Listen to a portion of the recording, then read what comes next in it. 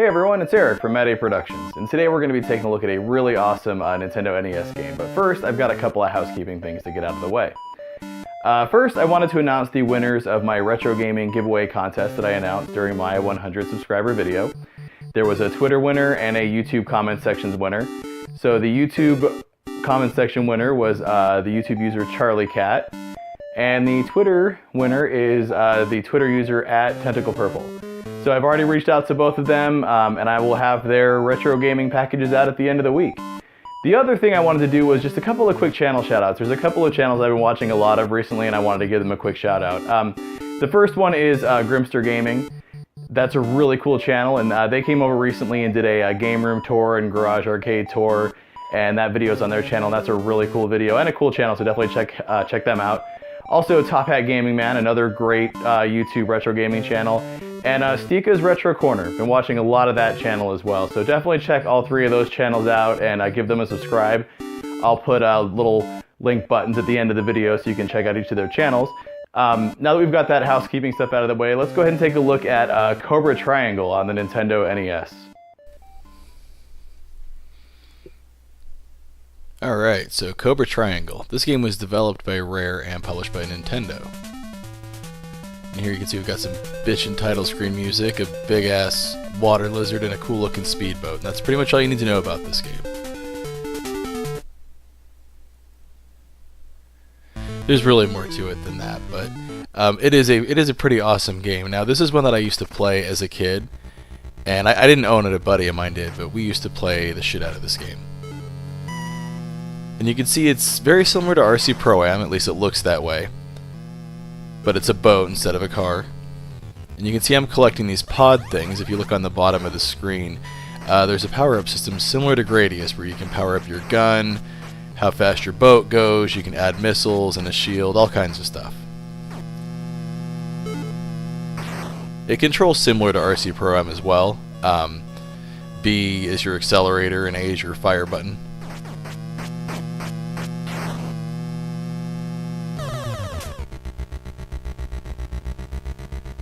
And one of the cool things about Cobra Triangle is the variety of missions. It's not just a racing game, so the first level's a race. But then you'll see here the second level is totally different. It's not a race at all.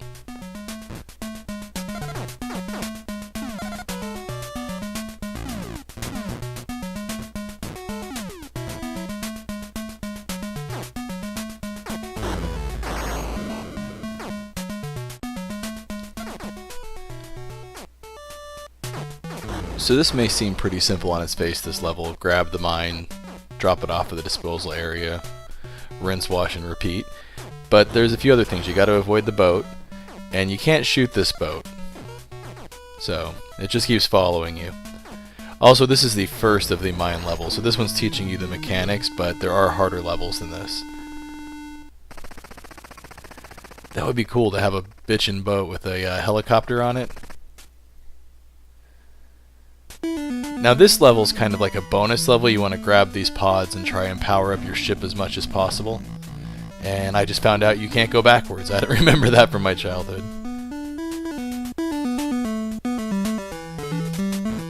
One of my complaints about this game is the ship is a little wonky to control.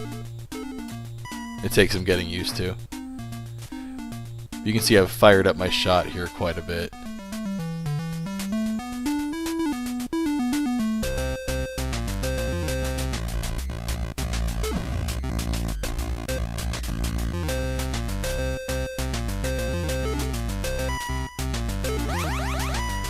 And now I've got missiles, which is cool.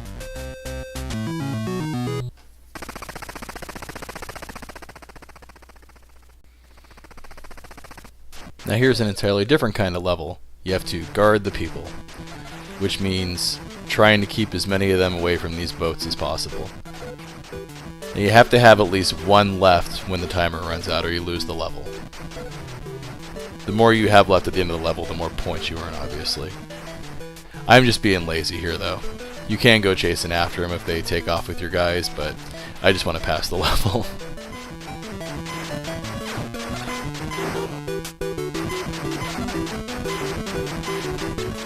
I like that each of the levels have different music. too. The music's pretty decent in this game too. It sounds like a Rare game, definitely. Those stupid missiles, if they hit you, they make it where you can't move or shoot for a few seconds. You'll notice that's when I lose the most guys, is when my ship's paralyzed.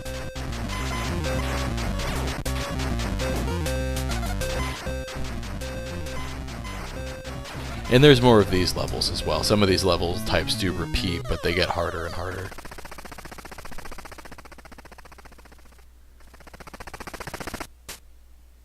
And now we have our first boss, the big-ass water lizard.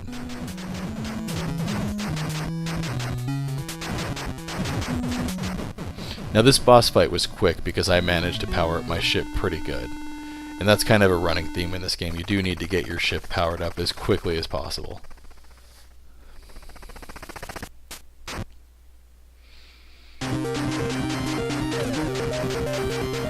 And then this one's just a bonus level where you have to try and shoot all these targets. And I remember being able to do this when I was a kid, but after like 20 tries, I still can't do this.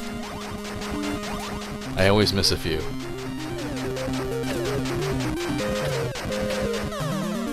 With this game being released in 1989, it's a pretty decent game. It's in that sweet spot of NES games where it's kind of in the middle of its life when a lot of great developers knew how to do cool things with the system. These levels are pretty hard too, the ones where you like dodge these logs and stuff. I constantly hit the logs. Again, I remember being better at this when I was a kid.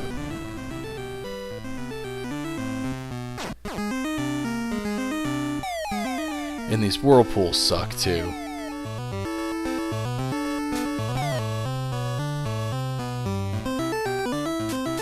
And they've added planes flying by trying to strafe me. The difficulty just all of a sudden ramps up in this game. That is one of my complaints. That kind of becomes a running theme in Rare games. Battletoads.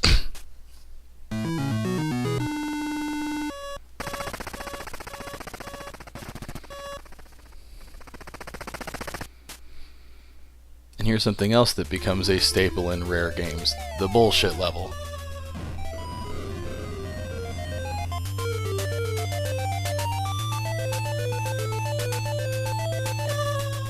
These waterfall levels are the most ridiculous thing.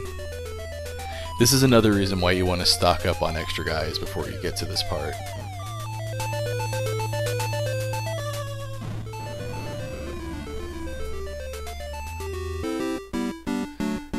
Now you do get continues, but only 3, so again, you need to stock up on as many lives as possible.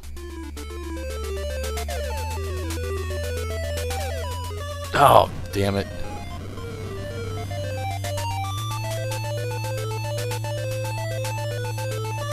Damn it. The frustration that sets in on these levels is very similar to like the turbo tunnel in Battletoads.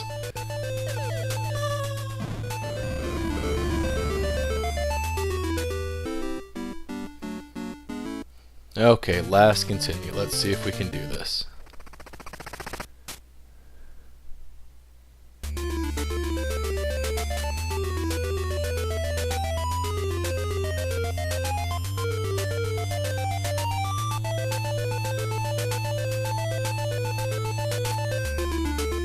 Oh my god, am I gonna do it? Goddamn whirlpools.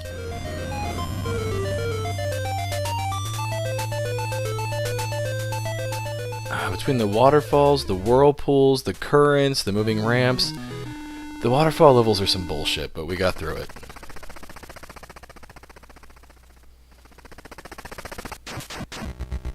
See, now here we see the race type level again, but it's slightly harder, and it's another chance to pick up more pods to power up our boat. And I've always liked the way that boat looks with that big ass outboard motor hanging off the roof. That's got to be a huge motor if it's hanging off the roof of that boat. Now, would I recommend picking up Cobra Triangle? I would. Part of that might be nostalgia speaking, because as I'm playing it now, I'm finding it is a really difficult game. But I do find myself getting through it a little bit further each time I play it, and it is fun, even though it's difficult, so it's got a high replay value. The other good thing about it is it's fairly cheap as far as NES games go. You can find cart-only copies for $5 to $10, and that's on eBay. You may be able to find it cheaper at your local mom-and-pop shop because it seems to be a fairly common game as well. But not one that a lot of people talk about. And definitely a great, rare-made game on the Nintendo NES. So go find a copy. I'm going to keep playing and trying to get better so I can make it further through the game.